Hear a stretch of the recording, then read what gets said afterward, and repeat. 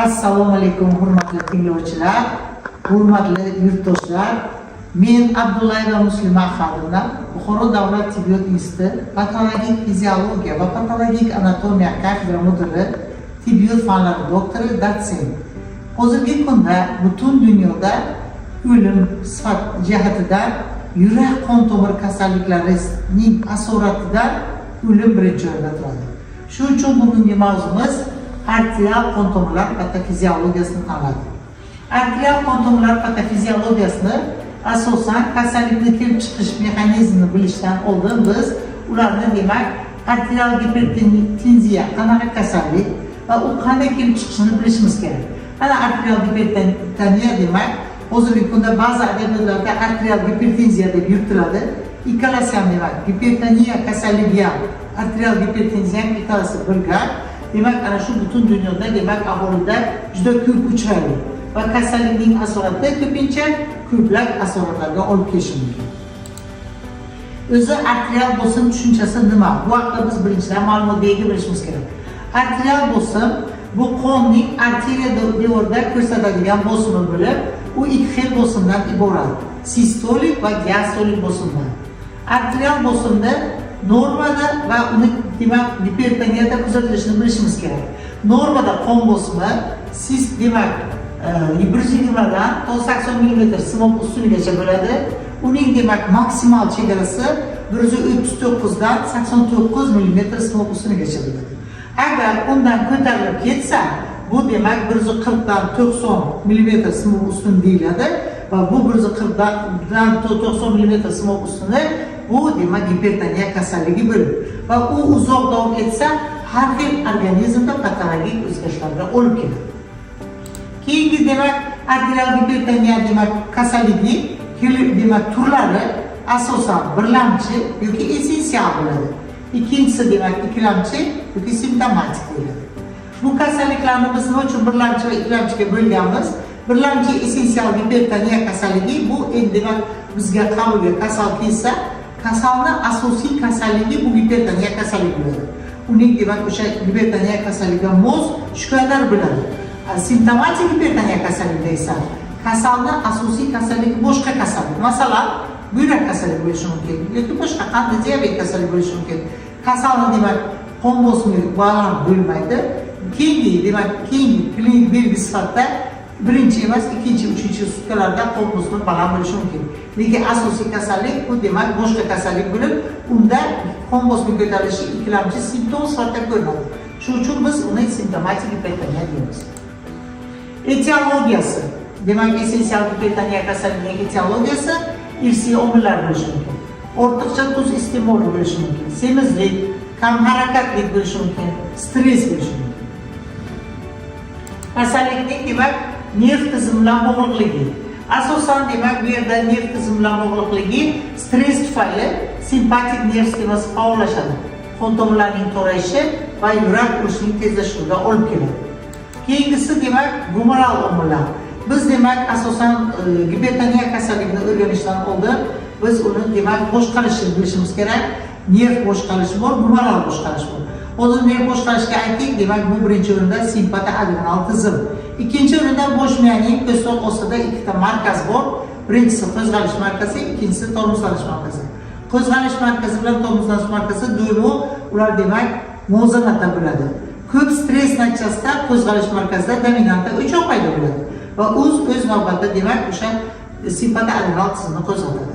Gumoral moddalarga esa ularni biz ikkiga bo'lamiz: vazokonstriktorlar va vazodilatorlar. Vazokonstriktorlar degani vazo degani tomir, konstriksiya degani torayma. Demak bularga kiradi asosan adrenalin, noradrenalin, angiotenzin 2 kiradi.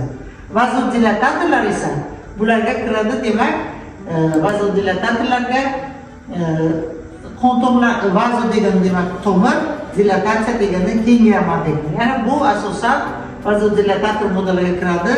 Histamin, prostaglandin, asetilxolinlar kiradi. Ular ko'p, juda ko'p. Demak, bular yana demak renin, angiotenzin, aldosteron sistemasiga ishga kirgan moddalar. Masalan, reninning ajralishi bu angiotenzin 1, angiotenzin 2 va qon tomirlarining spazmga olib kelishi bu demak gumoral moddalarga kiradi. Aldosteronni o'zi aldosteron buyrak usti bezining po'stloq qavatining ko'kto'cha zonasidan ajraladigan gandom bo'lib, ikkinchi nomi mineralokortikoid. Uning ta'sir etish mexanizmi qanday? Aldosteron demak proksimal distal kanalchalarda biz bilamizki buyrak nefronlardan iborat. Nefronlarda proksimal distal kanalchalar bor va o'sha yerda natr bilan suvni organizmda demak reabsorpsiyasini oshiradi aldosteron. Shuning uchun natr bilan suv organizmda ushlanadi. Qachonki reabsorpsiya oshsa, sekretsiya kamayadi. Demak, organizmda demak natr bilan suv oshlanganligi sababli qonning umma hajmi oshadi. Bunda gipervolemiya deyiladi. Gipervolemiya esa gipertoniya bo'lib keladi. Endi endoteliy disfunksiyasini olsak, biz bilamizki, bugungi patologiya qon tomirlar patofiziologiyasi. Shuning uchun qachonki biz qon tomirlar patofiziologiyasi haqida gapirganimizda, qon tomirlarining ichki qavatida endoteliy hujayralar bor. Ana shu endoteliy hujayralarda ham disfunksiya buziladi. Va bu o'z navbatida o'sha yerda azot oksidining sekretsiyasining kamayishiga olib keladi. Azot oksidi esa sekretsiyasi kamaysa, qon tomirlarining kengayishi kamayadi va spazm kuchayadi. Demak, bundan xulosa qilish mumkinki, azot oksidi ham o'z navbatida qon tomirlarini toraytiruvchi xususiyatga ega. Keyingisi demak, birlamchi essensial gipertoniya. Endi biz essensial demak, birlamchi essensial gipertoniya haqida gapiramiz. Bu yerda demak eng asosiy birinchi o'rinda ana bu demak markaziy demak bo'sh miyaning po'stloq ostida joylashgan ikkita markaz. Birinchisi demak qo'zg'alish markazi, ikkinchisi demak tomuslanish markazi. Agar biz har kuni stress bilan demak ko'p stress qilsak, ko'p asabiylashsak, ko'p demak o'sha stress omili bilan demak duch kelsa, bizga shu stress omili natijasida organizmimizda demak ana shu dominanta o'choq hosil bo'ladi, bu bo'sh miyaning po'stloq ostida. Va bu dominanta o'choqimiz tomuslanish markazi bilan muvozanatlashish bilmaydi. Natijada o'z navbatida bu simpatoadrenal tizimni qo'zg'atadi. Simpatoadrenal tizim qo'zg'alsa, buyrak usti bezining mag'iz qavatidan katefolamilar ajraladi. Va bu katefolamilar qon tomirlarining alfa va beta retseptorlariga ta'sir qilib, qon tomirlarini toraytiradi. Natijada esa qon bosimi ko'tariladi. Endi siz essensial gipertoniyani demak o'sha patogenezini bilgan holda bu yerda ortiqcha vazndan ham kelib chiqqan to'g'ri ovqatlanmaslik, keyin bu yerda demak gormonal disbalansning buzilishidan kelib chiqqan gipertoniya essensial genetik omillar tufayli kelib chiqyapti, insulinga qarshilik tufayli kelib chiqyapti, yurak xurajlar bular esa ana shunday essensial gipertoniyani qon bosimining ko'tarilishi o'z navbatida demak inson organizmiga yurakda xurujga olib keladi. Qon tomirlarda aterosklerozga olib keladi. Bo'sh miyada esa insultga olib keladi. Qachonki biz essensial gipertoniyani patogenezni to'g'ri bilsak, tushunsak, o'shanga qarshi biz davola bilamiz. Demak, bu yerda biz stress tufayli kelib chiqadi deganimiz uchun birinchi biz stressni bartaraf qilishimiz kerak. Bu uchun biz sedativ tinchlantiruvchi dori preparatlardan foydalanamiz. Ikkinchi, bu yerda biz qon tomirlarida demak simpatoadrenal tizim qo'zg'alganligi sababli beta adrenal blokatorlardan davolashda foydalanamiz. Uchinchi, albatta biz qachonki bunaqa beta adrenal blokator berganimizdan keyin diurez oshadi. Qonning suvi qismi demak siydik bilan ko'p yo'qotiladi organizmdan. Shuning uchun demak bu yerda tromboz bo'lish ehtimoli ko'proq bo'ladi. Ana shu uchun biz albatta bularga antiagregantlar beramiz. Bu demak essensial birlamchi gipertoniyaning patogenezi. Endi demak biz buyrak ikkilamchi simptomatik gipertoniya haqida gapirmoqchi bo'lsak, bu qaysi kasalliklarda kuzatiladi? Buyrak kasalliklarida kuzatiladi, renovaskulyar gipertoniya deyiladi, birlamchi giperaldosteronizmda kuzatiladi, qafqonsimon bez kasalliklarida gipertireozda kuzatiladi va diafragmatoma kasalliklarida kuzatiladi, aorta koartatsiyasida kuzatiladi. Bu demak simptomatik gipertoniyaning kuzatilishi. Qaysi a'zolarga qanday asoratlar berishi mumkin? Qon bosimining oshishi asosan demak inson organizmi uchun juda ham muhim a'zolar bor. Bulardan birinchisi yurak, ikkinchisi miya. Ana shularga demak inson organizmiga demak asoratlar ko'rsatishi mumkin. Shu bilan birga albatta qon tomirlariga ham o'z o'zimizning shikastini yetkazib beradi. Demak biz simptomatik gipertoniyani patologiyasini aytib beramiz. Masalan, buyrak kasalliklarida simptomatik gipertoniya kasallik kelib chiqishi uchun biz bilamizki buyrakda yallig'lanish bo'ladi. Buyrakda agar ko'kto'kcha tomirlar dastasida yallig'lansa, bu demak autoimmun kasallik, glomerulonefrit deyiladi. Buyrakning qo'sachar jonlari yallig'lansa, bu pyelonefrit deyiladi. Nachada yallig'lanish tufayli o'sha proksimal distal kanalchalarda o'sha o'tiruvchi tomirlar dastasida yallig'lanish tufayli demak o'sha yerda qon aylanish buziladi. Bunga ishemiya deyiladi. Ishemiya tufayli esa buyrak to'qimasida gipoksiya rivojlanadi. Gipoksiyaga sezgir yugal, yuksak glandular apparat. U renin ishlab chiqarishni kuchaytiradi. Renin esa o'z navbatida angiotenzin 1 ni hisoblaydi. Angiotenzin 1 esa angiotenzin 2 ni hisoblaydi. Angiotenzin 2 periferik tomirlarni toraytiruvchi xususiyatga ega. Angiotenzin 2 rezultativ tomirlarni tasdiqlaydi. Ya'ni bular arteriola-venular. Shu yerda demak periferik tomirlar toraysa arteriola-venular diastolik bosimni oshadi. Bu o'z navbatida esa diastolik bosimning o'sishiga va bu yerda demak qon bosimining faqat diastolasining o'sishiga olib keladi.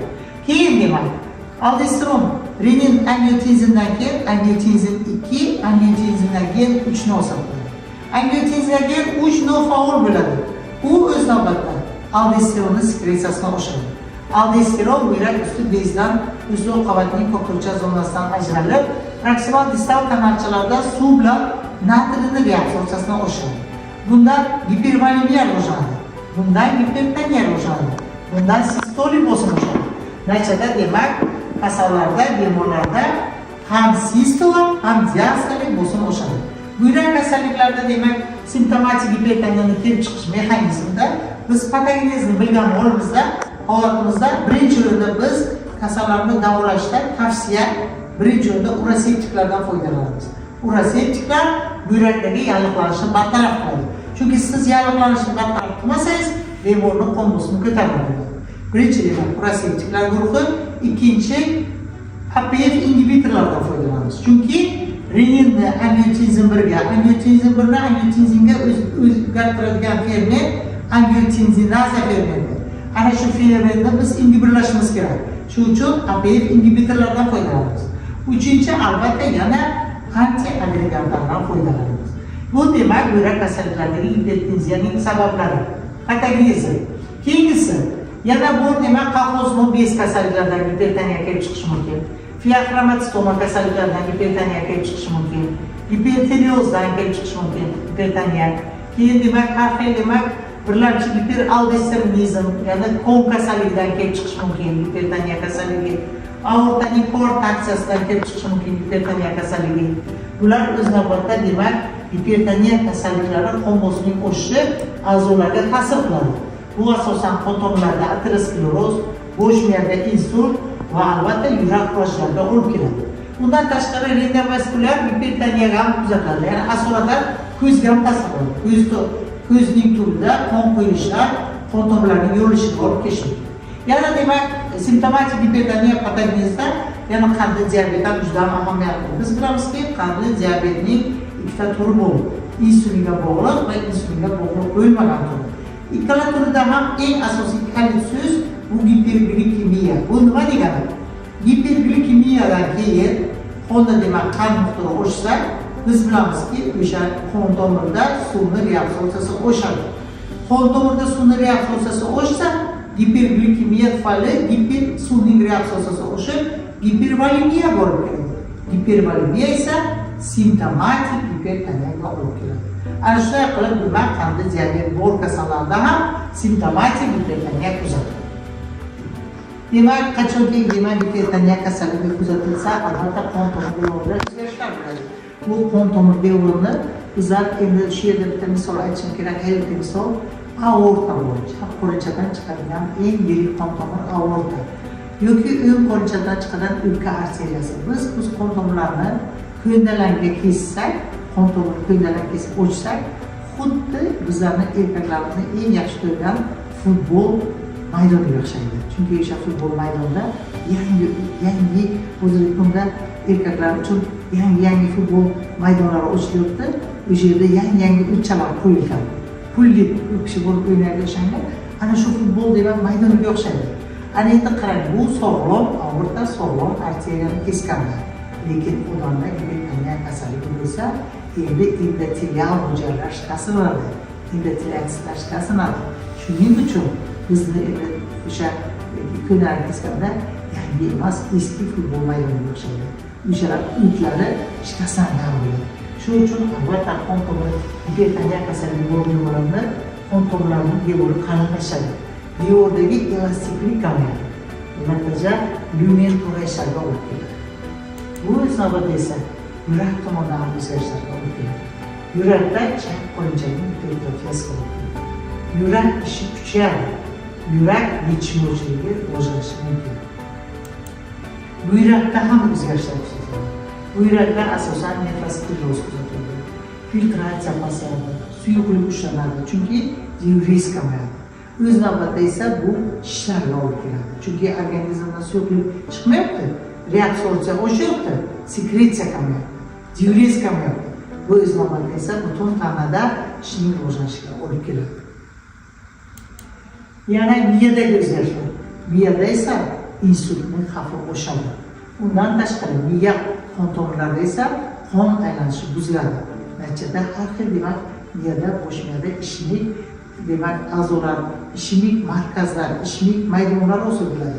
O'sha uchun kasallarimiz xotirasi pasayadi. Ishemiya tufayli gipoksiya rivojlanadi, kuchli bosh og'riq, quloqda shanqillash, uyquning buzilishi, sezarda, asabiy kabi klinik belgilarning rivojlanishiga olib keladi. Ko'zning tubida o'zgarishlar kuzatiladi. Ko'z tubida hipertonik retinopatiyalar kuzatiladi.